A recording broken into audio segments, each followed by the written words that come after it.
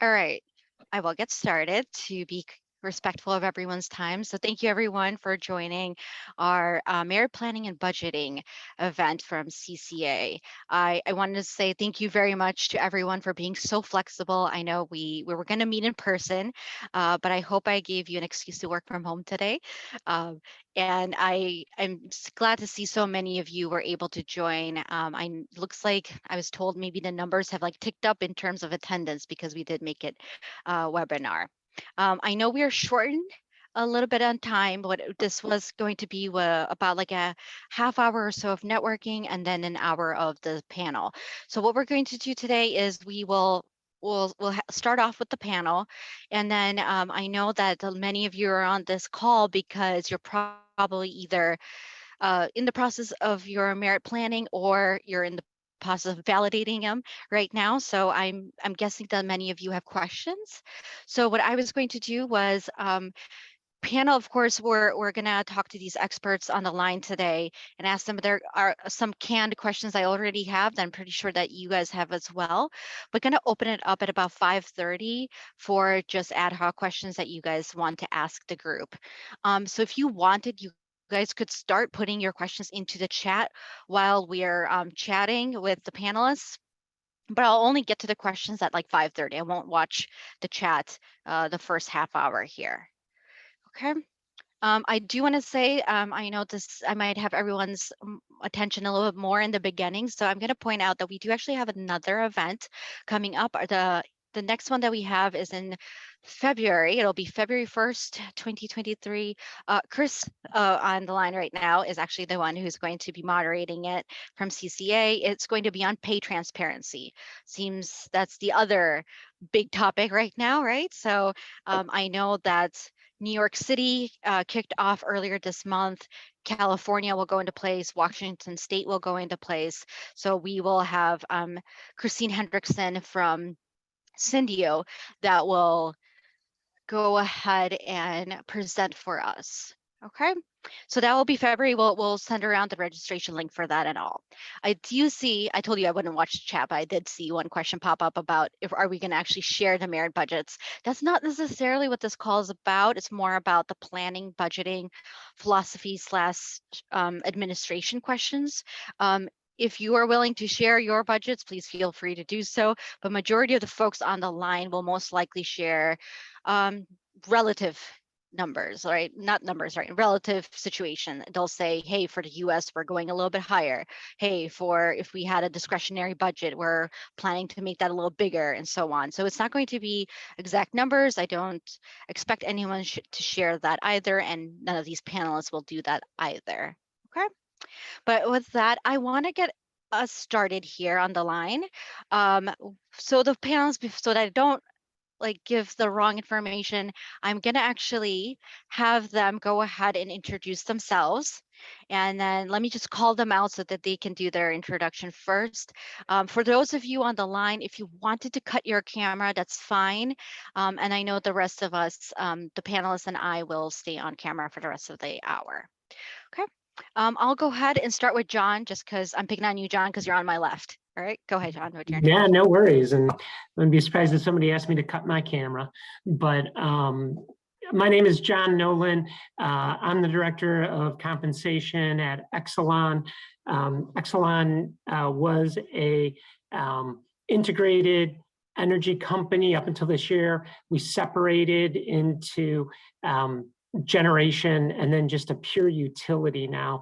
So the Exelon side is just the holding company for multiple utilities in cities throughout the East Coast and Chicago. I've been with the company going on 30 years. My background was in finance, accounting, and then I cut over to compensation about 18 years ago. When I went back, got a master's at Loyola. So it's kind of a little bit about our company, about $18 billion and 18,000 employees after our split this year. So that's a little bit about me and Exelon. Thank you, John. So John's going to stand in and kind of give us more of the internal kind of perspective on merit planning. I'll give it off to Marie. Thank you. Yep, so my name is Ray Dunstan. I work at Workday. I am on our strategic customer engagement team. So I am not part of our compensation team, but I have been with Workday for 12 and a half, almost 13 years. And during that time, I've spent quite a number of them deploying Workday focused in comp and other HCM areas, but mostly within comp.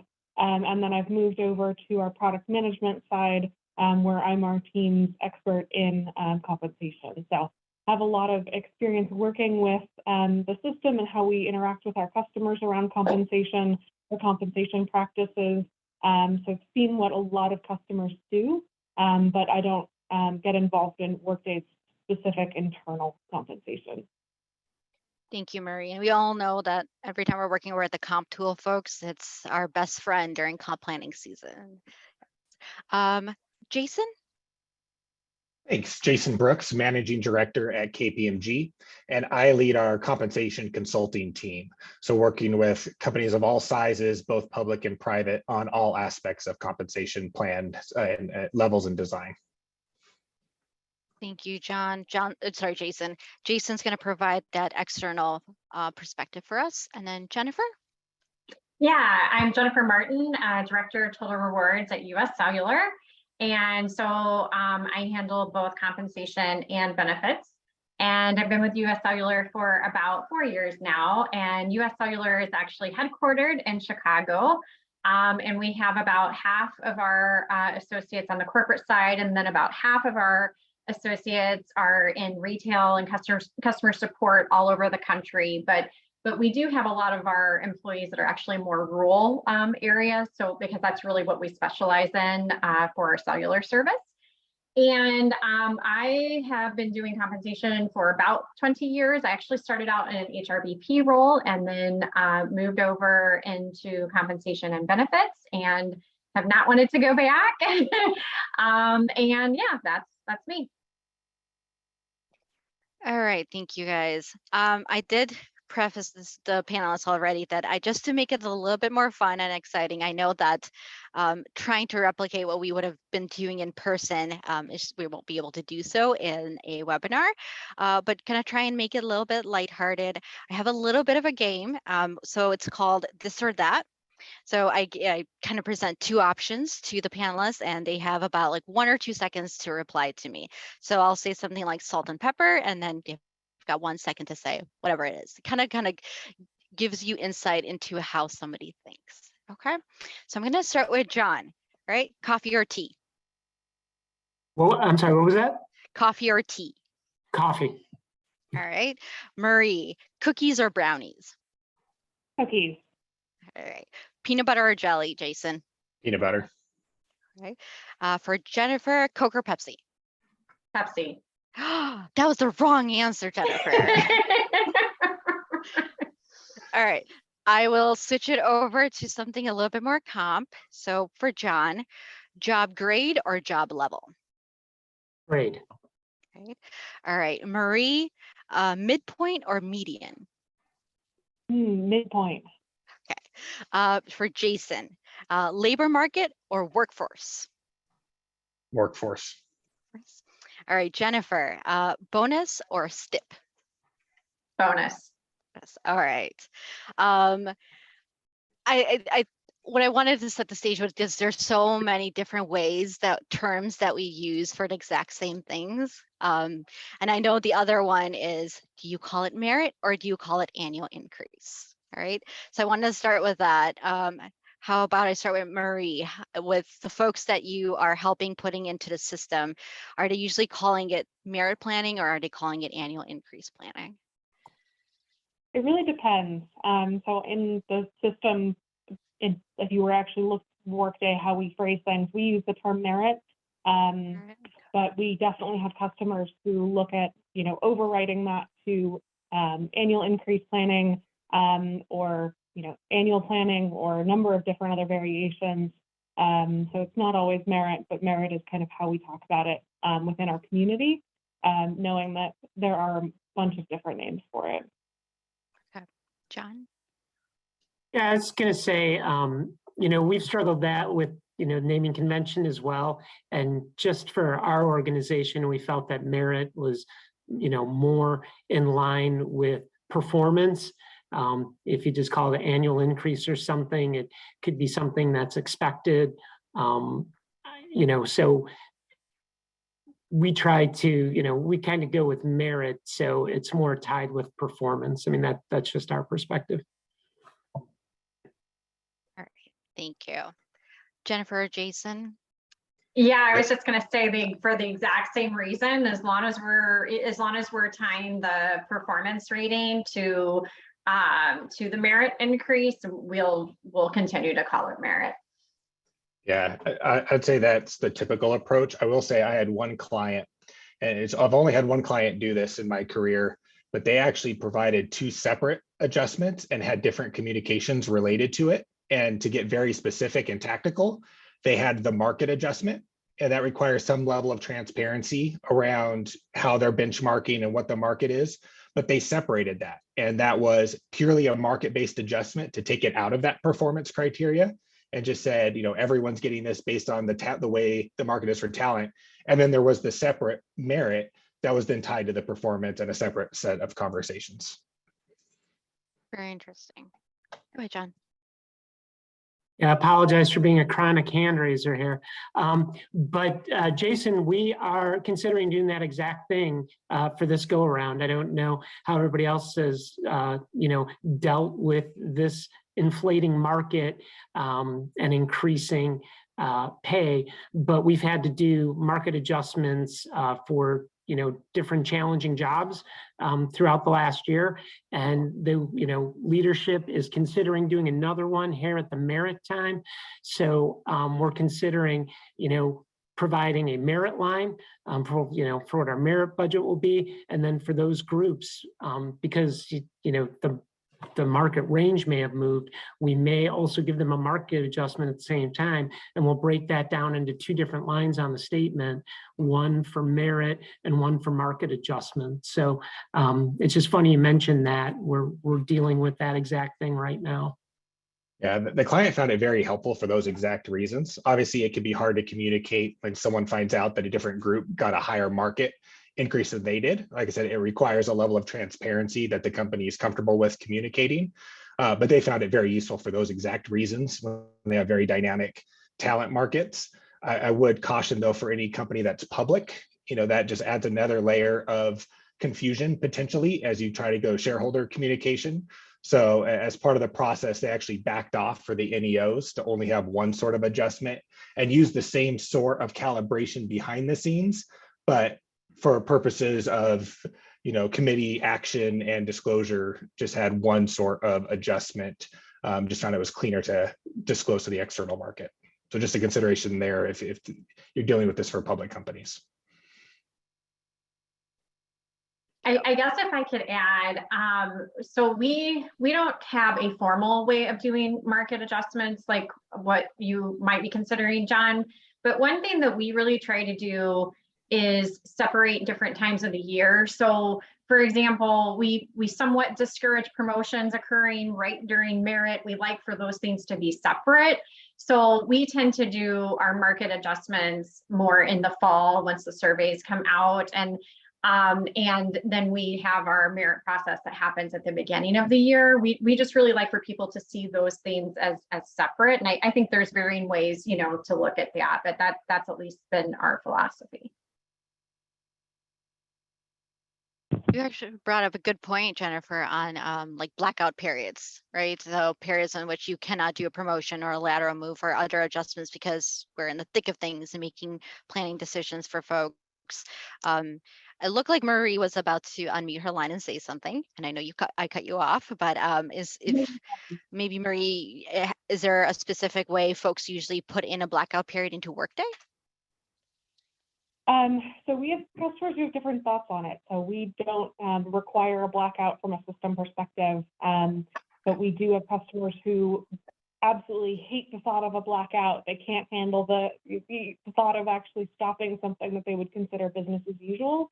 And we have customers who say, absolutely, certain types of transactions can't happen during this time frame, partially because it complicates what we're trying to do from a kind of endpoint perspective, and it complicates some of the conversations. And so when we take a look at it, it's sometimes a matter of, you know, if we have the system react to a particular thing, so we do give someone a promotion and we say, okay, from a system perspective, that means we need to pull them out of the merit process so they don't get, you know, a double increase, because that's what the business decided they want their kind of conditions to be. The challenge then is, how do you then communicate to the manager what happened to their budget? What happened to the employee? Why am I not seeing the employee in the screen anymore? And so depending on how you want to approach it, there can be different challenges if you don't have a blackout. But if you do have a blackout, then it also means, are we holding back from certain transactions where now I have to tell my employee, you know, I can't move you to this new job, even though I really need someone to do it, because we are enforcing a blackout. So there are different mindsets on both sides, but it's something that really depends on the customer and how they perceive things, and then also how they can communicate to managers, and how I'll say flexible managers can be in terms of what they're willing to accommodate, versus, you know, what we're trying to push from a, you know, process perspective. Thank you. You brought up the good point of backdating. That's like a nightmare, isn't it? Like they've already made the decision, but now they're messing up with all our reports and everything we've done in the tool. Yep. Yes, backdating is never fun in any sort of situation, but it's definitely something that when you talk about it during the merit time frame, you know, what does that then mean for your reporting and your increases? And so that's definitely an added complication. Anyone else have thoughts on blackout period? The only other thing I would say too is communication is key, and training is key. When I first came to US Cellular, we had all those issues, that the backdating, the, you know, getting a communication where your promotion and your merits in the same conversation, and you know, employees don't typically like that, because then sometimes they feel like they're being slighted, you know, on one or the other. So, you know, I think every company, to your point, Marie, has a different, you know, tolerance, and different factors, you know, come into play. But I can tell you, like, from our perspective, we start communicating, it'll probably be later this month, that, okay, we're gonna have a, you know, 3-week freeze period, starting to plan now, you know, for, you know, promotions or, you know, other transactions that you may have. But I do agree, like, we have store managers, and, you know, there might be a store manager that leaves the company, and that store manager position can't stay open for 3 weeks. So we do have exceptions, you know, to it, but we make sure with our letters for our offers that it's very clear, this is your promotion, and then you have a separate amount, you know, for your merit, just to try to make the experience a little better for the employee. Yeah, we try to instill that as well. You know, I think because the end of the year is so hectic and beginning of the year is so hectic with things to do and vacations and leadership being out, there is that group of post-dating that happens. You know, everybody comes back in January, typically when we're trying to have a blackout period and do our planning. So that continues to be challenging. Again, we try to communicate that as well. And then, you know, that does cause problems with, to Jennifer's point, you know, what's in the system for, you know, a merit versus a promotion. We discourage it. We tell people, you know, if you do this during the blackout period, then people, you know, should ignore the statement they're going to get and use their promotional statement instead. But because, you know, you're kind of doing this during that blackout period, you're going to get, you know, a promotional statement, and then the system's also going to send you a merit statement, and you'll just have to know that the promotional statement's the one you get, is the one to pay attention to. So yeah, it's we try to enforce a blackout period, we try to communicate it, but I think it's the nature of year end that makes it difficult for everybody. All right, thank you. I actually wanted to go back to the beginning. I know we got into like the actual increase and stuff, but what about the actual budgets you guys are setting, right? So how do you plan on that budget? Do you usually like adhere to what the salary budget increase surveys actually say? I was going to start with maybe Jason on this one. Yeah, thanks. So, I think, starting last year, there's a lot of concern around this, right? The surveys came out and the market just kept taking off. The hiring was there. And so then it became a fight with finance, over how much more money can come. We did a pulse survey in the February timeframe earlier this year. So right as, in the thick of decisions and actually when approvals are being made. And, I'll pick manufacturing, for example, going into the fall Q4 last year, there was about a 3.5% merit budget on average. By February, they were 4.5, so the budget increased a third on average, with another half of companies saying that they were going to revisit. So, last year was, where do we get the money? How do we stay competitive? I think this year, in talking with companies, it's a lot more company dependent. So I'm based in Los Angeles, and it's every day right now we're hearing about more layoffs in the tech sector. So tech as a whole is putting the brakes on spending. So maybe that's more targeted, but it's not necessarily about big budgets and competing like it's been for the last 12, 24 months. So, a lot of companies we're working with, they're taking into effect the surveys, taking into account, the benchmarking surveys that are coming out, looking into the job, where pay has been going at the individual job level, but also seeing a lot more focus on the external labor market. So where are they actually hiring and what's going on with the market? So where we're seeing increases in supply of specific jobs, maybe they don't need to lean in as much on the merit budgets for those positions. So a lot more internal and external data seems to be coming as part of the conversations.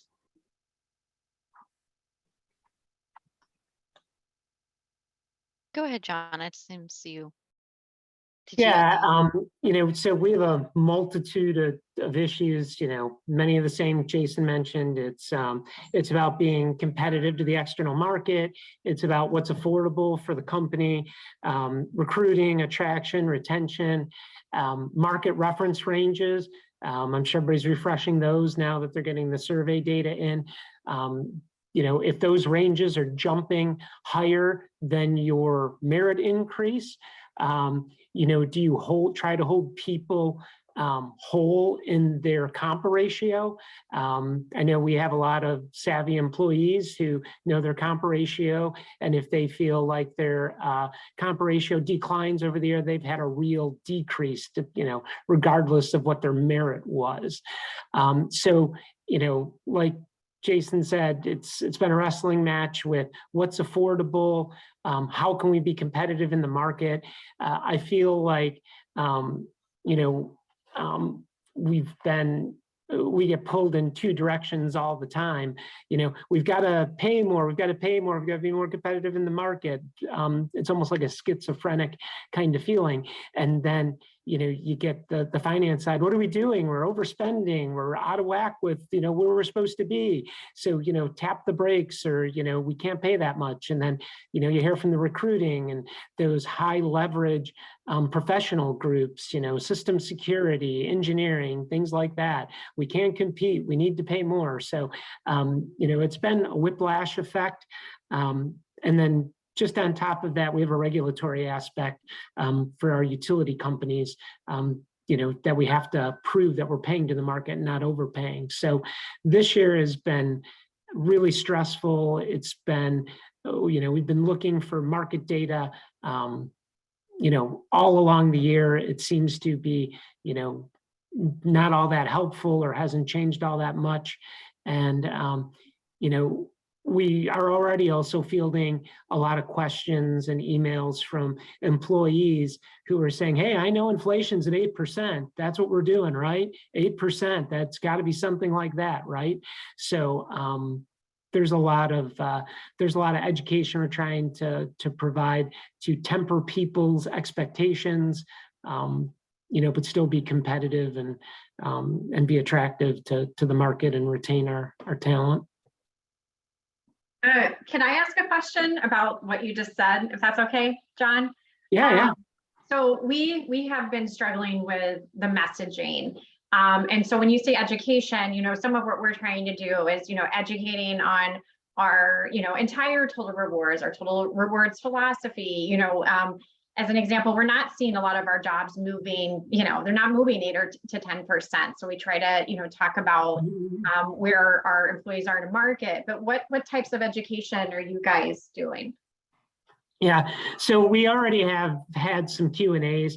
We already have kind of tipped our hand as to what we think the merit's going to be this year. And, the Q&As we provided is, hey, inflation may be at 8%. We are certainly not providing an 8% merit increase. But if you look back at the last 10 years, or even the last 4 or 5 years, our merit has been at, like everybody else's, 2.5%, 3% or more. Inflation's been at 1 or 1.5%. So you can't exactly correlate inflation with what goes on in the market. It certainly has an impact. And we also try to, and that gets a little more difficult, try to educate them about the market data from the surveys we receive, that inflation is certainly a factor in, how that market data moves, but it is not, perfectly correlated. We've been trying to get out in front of it. As you might guess, employees are underwhelmed. We have a saying here, if you're not complaining, you're not trying. So, kind of no matter what we say or, how we frame it, I think you're going to get at least some people who aren't happy. But, that's what we've done. Yeah, no, that makes sense. And we actually came out with that same messaging this past year. Where I'm struggling a little bit is giving that same message for a second year. That's why, I was curious what all you're doing, but we are trying to educate, like I said, not just on compensation, but our benefits and making the most of those, and 401k, we still have a pension, those types of things, but it's just hard. I think a lot of our employees are getting a bit weary, and we have a lot of what we call frontline employees, retail wireless associates in the store making hourly wages, and we tried to do some different things there, but I feel like for years we were able to rest on cost of labor, and it's just running a little hollow for people now when you try to say that versus cost of living. And we don't have COVID to blame anymore. Yeah. Yeah, I have seen companies kind of lean in on that total rewards approach, and if the data hasn't been provided, more of a total reward statement as opposed to a comp statement, to help employees understand the cost of benefits and how those can go up and not always get passed on dollar for dollar to employees. And obviously that opens yourself up to a whole other areas of conversation and complexity and confusion as part of this. But I have seen more companies go exactly that approach, think more holistically, the total rewards, to try to help employees understand there is still a lot of value. And yes, it may not be keeping up with inflation, but it never has on the upside or the downside. I've seen data back to the 70s that it's always lagged. When inflation is up, the merit budgets are always slightly behind, but when it's down, the merit budgets are still behind, right? They don't fall as fast as inflation and don't go negative like inflation. So I know it doesn't resonate as much when employees are trying to pay their bills right now, but there is a story there to communicate. And Jason, I can confirm that with some of our largest customers. We actually just did a session with some of them to kind of get their feedback where they're looking in the future. And that was definitely a theme, was focusing on the total rewards as a whole, as opposed to, here's your merit increase, or here's, the individual components, but more, how much are we compensating you overall? And then not just compensating you overall, what other kinds of benefits do you have that may not be monetary in nature? What other kinds of things can we put out there that say, we do something that's maybe a little different, that if you went to another job, you wouldn't get this benefit, even if it's not cash in your pocket, it's not, something that we can put a dollar value to in terms of what we spend on you, but hey, these particular things are available and you can take advantage of them. And that's kind of a different way to think about how, we value you as an employee. Thank you. And then along the lines of, okay, maybe we do have to go with like a bigger budget, or we have to change our approach to what we've done from years past. I know a month or so ago, Willis Towers Watson had a webinar where they were just going over policy and procedure kind of data that they've collected. And one of the things they brought up was like the use of the discretionary budget. That aspect has really like ticked up in usage. Anyone have any comments on that? How you think about it, how you set it, how you use it? So I can answer that, and the way we do it is a little different. So I've worked at companies that have discretionary budgets, maybe a promotion budget, 1% or whatever it might be in a market adjustment budget. We actually budget by cost centers. So each cost center kind of controls their own budget. Now we monitor it throughout the year to make sure that the different cost centers are being equitable. And that was an adjustment for me coming in. And, I thought about that same thing of, maybe we go ahead and have an overall arching company budget, but it actually tends to work well. The, leaders of those cost centers really are, business owners, and it helps them reflect on, whether they really do need to do those increases, or not. And so my team is more consultants with that. And then, like I said, we do look at the equity side of it as well. So we probably do it a little different maybe than some other companies do. Yeah, we at Exelon don't budget for that. We don't budget for it ahead of time. So, I mean, it kind of crops up. As it crops up, we'll model and cost it out, and then, see what's available. Like that process I talked about earlier, doing, market adjustments now with the merit. It's okay, well, what do we want to do? How much is that going to cost? And, can we absorb that? So we don't use a budget, but when those situations, that we run through every year, whether it's market adjustments or pay equity adjustments or whatever they're going to be, we kind of calculate them at the time and, run a couple different scenarios and then see what finance and leadership is comfortable doing. How about Marie? Do companies just force you to do this additional step in the middle of the process and like make it work for us? Yeah, and it depends on also the mindset. So sometimes it's something that, customers very much want to have additional budget to where they can say, hey, we want to just do whatever we want with this based on this particular, VP here VP, here is, the money that you can play with, at your total discretion. And no one knows that you have it below you. It's just at you. And so we do have customers who definitely want to have kind of that extra little buffer budget, some of them call it, little play budget, little, something that they can make sure that they're, rewarding the people they think need to be rewarded in a particular way. But we definitely have customers that are very much against that mindset, that it's, we need to be making sure that we are equitable across the board. And so and again, this is some customers, not all customers, need to look at, how we're being more, or even less discretionary, I should say, how we're being, less discretionary. We're paying for things that you actually are doing. So, paying for skills is actually something that we've heard customers want to hear from the product, and something that we're actually looking at doing. So you're not actually having even a performance related increase.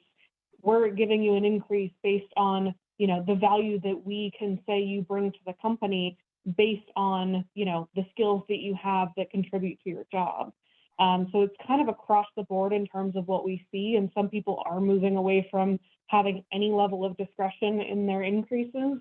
I would say that's happening more so than I've seen in the past, and figuring out ways to make that equitable and explain that to employees in a way that employees understand how they're being compensated and getting those increases.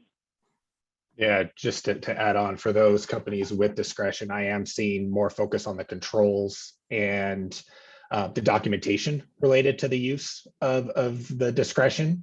And it really goes to what everyone's been highlighting, which is making sure it's done equitably, with pay equity being a big focus, wanting to make sure differences are documented and understood, and the historical practice of just allowing managers to move around the pie doesn't always fit with that. And then there's also the pay transparency. And I know that's the big topic for February, but as more and more information comes out there, understanding, where you are as an employee versus those ranges becomes a harder conversation if there's been a lot of discretionary decisions behind the scenes.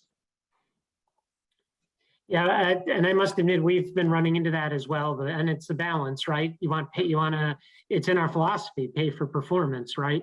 And differentiating based on performance. But again, the more you talk to your attorneys, the more you go through an annual pay equity cycle mid-year or whenever anybody does it, the more you get pushed to, have less discretion, more formulaic, and less risk. But again, then, you're taking away that from the line leaders, the ability to, reward those that they feel deserve it. Thank you. I will actually go ahead, and I see a couple more questions have dropped into the chat. So I did promise the audience that we would kind of get your questions answered, since I know we're not live in person, and if you were in person, you'd be rubbing shoulders with these panelists and asking your questions then. So let me try and skim through it. I feel like one or two of them might have already been answered, but let me try and get to those now. Let's see. Would like to know if the panel or other have intentionally separated base pay changes from when bonus occur? So how anyone have insight or would be willing to share like time difference between when bonuses are paid out versus when base pay changes take place, and if you separated those dates, any the thought process behind that? I can answer that. So we communicate them at the same time. So we don't use Workday, we use a competitor's system, but we do have a statement that comes out of that has both their merit increase and their bonus amount. Now, there is about 10 days that separate the merit effective date from the bonus payout date. And really a lot of that has to do with making sure our payroll friends, have time to do both, just because that's a lot of processing that they need to do. But we do like our leaders making their pay and their bonus decisions at the same time, because they're both reflective of the previous performance year for us. So that performance rating plays into both their bonus and their merit increase. So we do like for that all to go together based on our pay for performance culture. Yeah, and I think pre-pandemic, it was all the rage to, separate that performance conversation from, merit increase or bonus. I think we did separate that conversation by a couple of months. Conversations going on October, November timeframe, payments going on February, March timeframe. But I mean, you're basically having it twice then, because there is the performance rating on their statements, and you do have to explain, their merit, and if they received any, individual performance element to their annual incentive. So I think we saw more emphasis on that pre-pandemic, and it seems to be converging back, I think post-pandemic. Or I just don't know, or at least we struggled with how you, efficiently, separate that out and hold those conversations separately. They just naturally kind of, reemerge at the merit and incentive time. Yeah, that's consistent with what I'm seeing my clients do, is having them converge kind of in that, beginning of the year timeframe. I'll say that the example where they separated the market, that client made the market-based adjustments in the November, December timeframe. That way they are effective January 1. And then, that flowed through to the bonus calculations when they were making bonus payouts. And then when they talked about any sort of merit or performance-based adjustments, that was all forward-looking. So it didn't impact the bonuses that were being paid out or anything. And so they did decouple the timing of that, the effective dates, to help with some of the payroll logistics and things like that. So they had all the conversations at once, but it all kind of impacted the go forward. compensation. Yeah, and I'll just say I've been seeing a lot of the same. So I know, Jennifer, kind of the situation you outlined is pretty consistent with a lot of our customers and what we're seeing. But we have seen customers that do have very different dates. And I think over the last number of years, John, to your point, we have seen them consolidate more than more separate. All right. The next question, I think it's somewhat been answered earlier through our conversations of whether or not you're willing to communicate. And I think Jennifer and John kind of hit it on the head. They're like, okay, no, we're going to communicate as much as possible on what we see. But I'm going to switch that question a little bit and ask you guys if you actually share the number. Do you actually share what merit budget you're using when you're actually doing the allocations? We do. We communicate to the employees what the merit pool is. You do. Okay. We do. We haven't the last few years. I mean, it's not hard to figure out, but we haven't specifically done that. I am wondering in the spirit of transparency and you know, if maybe that might be the better route to go, especially with expectations being high, you know, on inflation, et cetera. It's always a hard message though for those employees that maybe are meeting their goals, but they're getting below that merit budget. And that's typically why we haven't, you know, broadcasted, you know, out to everybody. Yeah, and that constant lacking of managers who want to have critical conversations, right? They just want to give everybody the standard, avoid any discomfort, and just move along. It's age-old problem.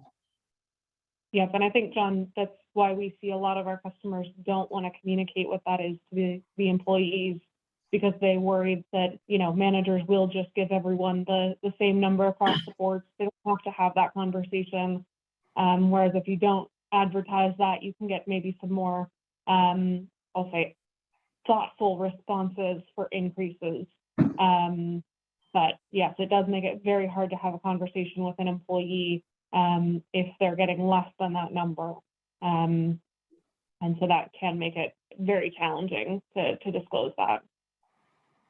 Yeah, and I think another new fun factor is just, again, back to the pay transparency. As companies start disclosing salary ranges, and you know, employees can see those ranges and also how those ranges change over time and compare that to their own pay. So that may be another factor in how companies think about communicating or not their merit pools and adjustments over time.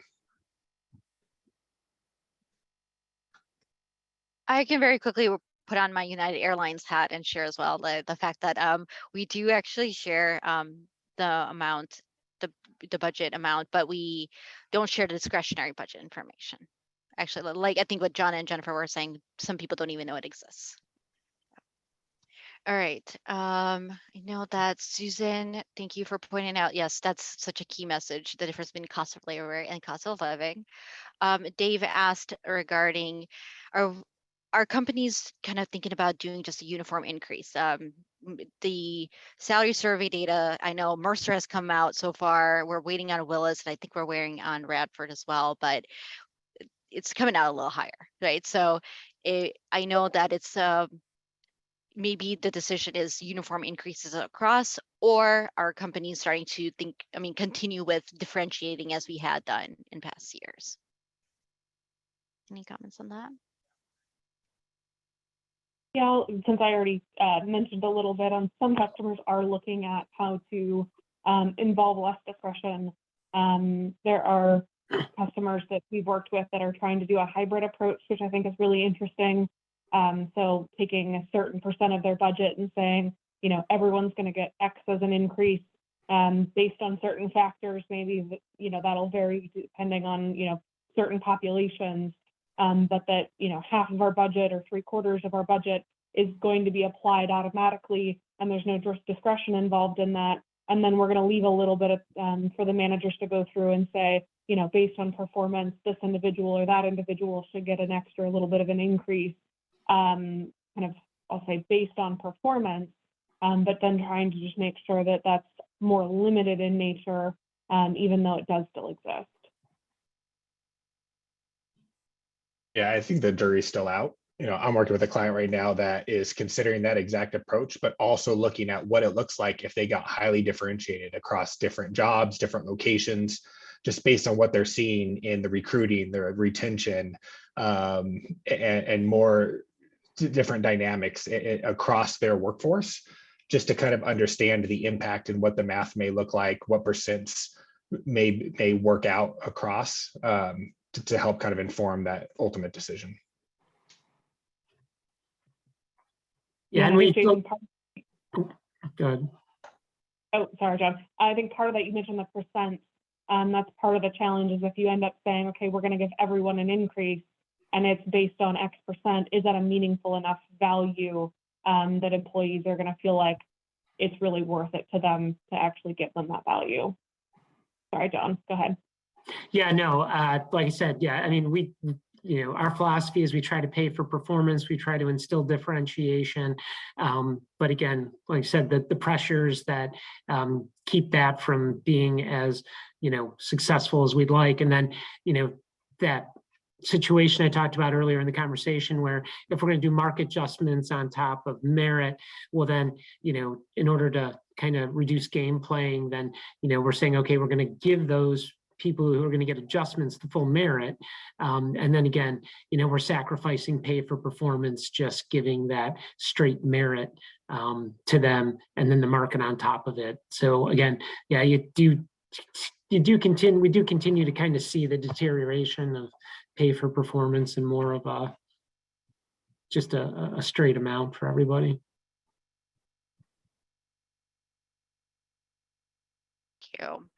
And I know for some of the, I know the panelists themselves are actually don't have as many global operations, but something that's been floating around in like the European region right now is the fact that rather maybe, yes, there might be just uniform increases because their inflation / cost of labor has gone up so much, but there's also the concept of maybe lump sums might be used because then it doesn't increase, like there's not a compounding increase your base salary.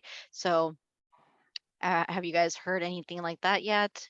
Use of lump sums in place of such a high base salary increase? Yeah, we haven't done that specifically, but I definitely we have a parent company and one of the subsidiaries did a one-time payment for certain income thresholds. So really looking at targeting, the lower income earners, since theoretically they're feeling inflation a little bit more than some of the higher income earners. So, and it's something we considered, as well. So that's something that I think isn't isolated. I think there are multiple companies that are looking, into that sort of concept. So you're not adding that compound, right, of, putting an extra 2% in everybody's salary, and then it's an extra, percent on bonus, et cetera. It's more of a one-time thing where they can, go out and get more groceries now versus waiting for it. Yeah, our finance folks always recommend that because of the compounding effect in the future. They're always like, why don't you just give them a lump sum of money right now and call it a day. When an employee knows that there's a difference between a lump sum and a base pay increase, because we do use lump sums for those who are high in the range. If they hit that ceiling, we lump sum them at the end of the year rather than giving them a merit. And it's always a dissatisfier because they know the compounding effect and the impact it may have on other peripheral benefits. But it is funny, finance always, likes to try to go that route. But I always kind of say that bread is always soon forgotten when it's just a lump sum like that, if it's not built into the base. So you do get some credit for it, but not as much as increasing someone's base. Yeah, I had a lot of conversations with companies about that kind of at the beginning of COVID and the shift and work from home and different costs, but have not had a lot of, I haven't had any conversations with companies right now considering lump sum versus alternatives. Not saying it won't happen as we get through the merit cycle and kind of, again, see the impact of these increases and what it may mean. But as of now, not working with any companies on actively figuring out what a lump sum might look like as an alternative. Yeah, I've actually seen an interesting thing where some companies where they've had people go remote and aren't necessarily coming back to the office. So if they're actually moving out of the location that they've been working out of, maybe to a lower cost of living location, that if they, maintained their salary, that they recognize that maybe we can't give you an increase because, we don't have the budget for that and you're now in a lower cost of living location. And so we maybe don't want to try to move you as far up as your peers, that a lump sum is a potential alternative for some of them where they can give them a little something to recognize, that we are, recognizing that at the end of the year, we want to give you something. We can't necessarily afford to give you an increase or a full increase, but maybe here's a partial increase and a partial lump sum. So that way they're not increasing that compounding rate, but they're also then giving a little something, not a full carrot, but maybe a half carrot for the employee.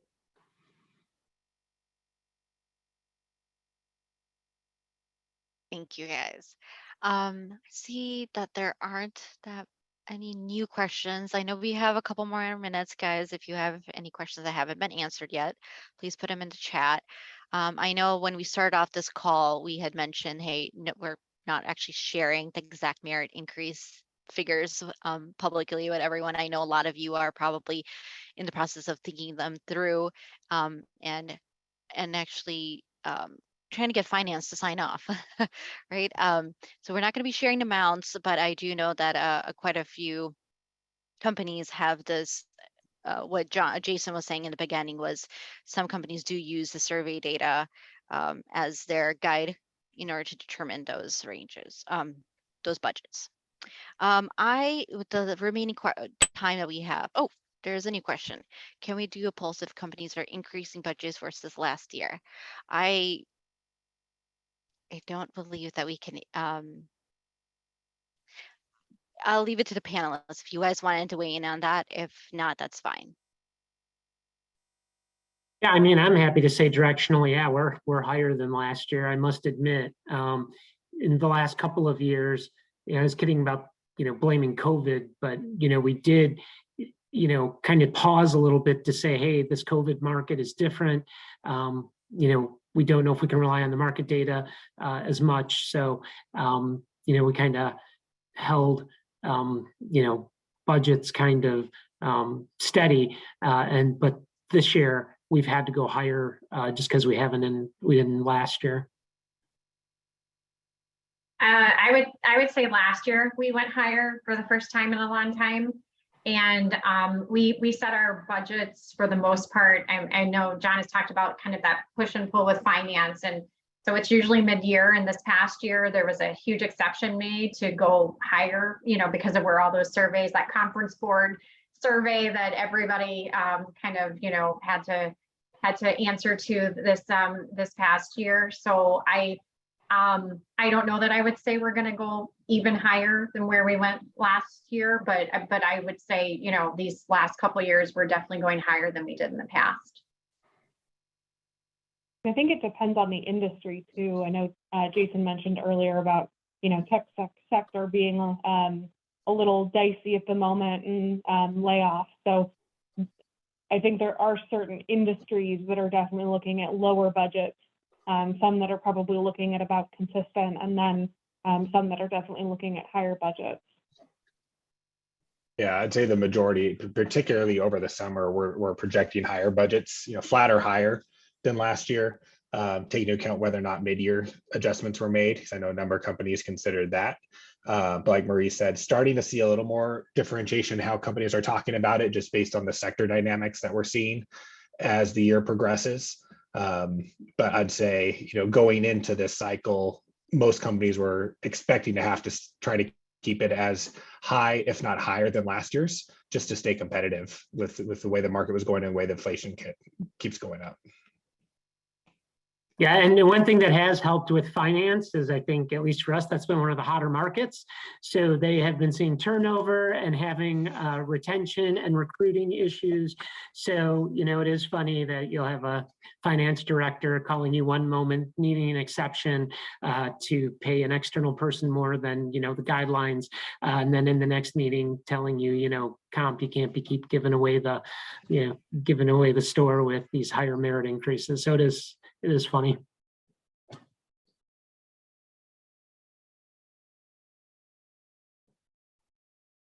Another question came in. Has anyone researched their own employees to understand what employees value most when differentiating performance?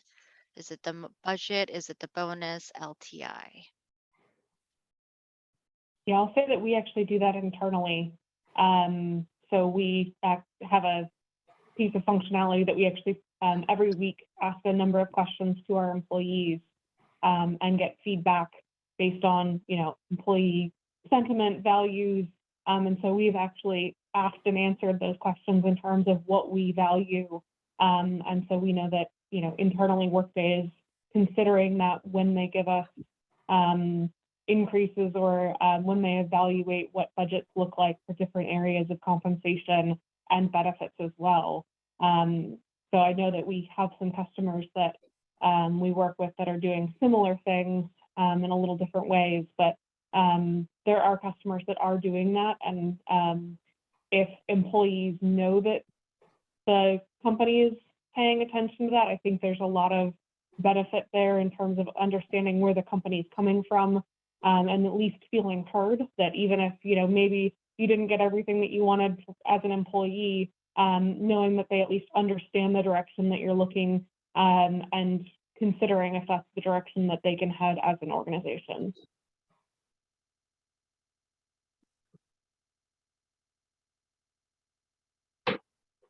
Yeah, I'd say as a whole, it's a very interesting question. And the hard part with the pulse survey on this sort of topic is that when you dig deep and kind of look at different areas of the population, you just have a lot different ways people react. So, there's going to always be employees that like salary. It's the stability, it's the compounding, that's going to influence the 401k, the bonus, the LTI in future years. You have employees that like the immediate impact of a bonus payout. It's the communication, it's the instant recognition, and they see it. And then, working with, again, in California tech clients, a lot of those employees, they just love the LTI. They don't think about the salary, think about the bonus. They want that big lotto ticket and want the LTI to keep going up. So I think it's a great question, but I think there's a lot of nuance that's going to be lost in the pulse survey based on the demographics and the diversity of your workforce. Yeah, and I think, Jason, some of that depends on how you, I'll say, aggregate that information and understand it. 100%. So it's definitely a hard thing to do. And then also taking into effect, I'll say, non-compensation specific components. Would you rather have a higher bonus payment, or would you rather have an additional, 3 days off next year? Some of those components as well that may be a little more financially palatable to some organizations, depending on their situation.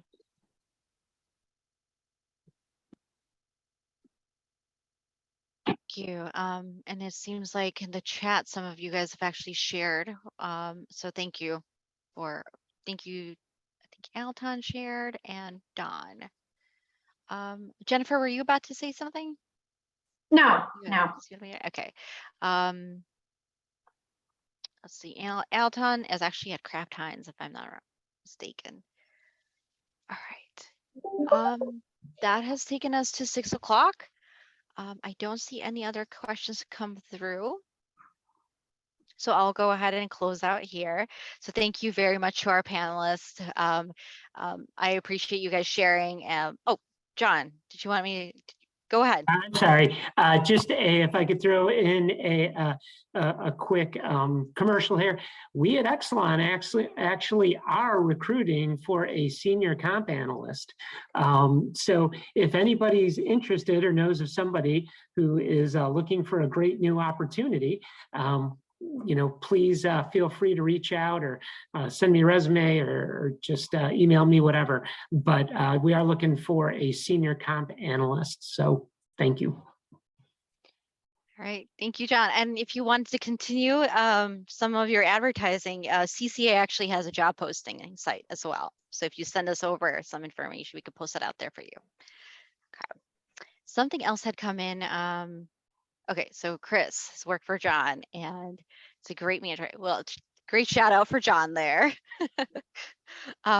Thank you all, really. I appreciate the time. I know it's a little late in the evening, and Jason called in from California. I have no idea how early or late that it might have been for you, but we will continue our discussion. On like there is a World at Work, I know, discussion board. I know that's a lot of questions regarding merit increases out there.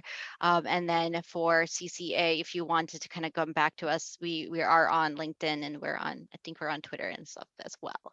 But I will see everybody, I hope, in February. Once again, February 1st is our next webinar on pay transparency. All right. Thank you again to the panelists. Thank you everyone for dialing in. Have a good evening. Thank you. All right. Bye, guys. You.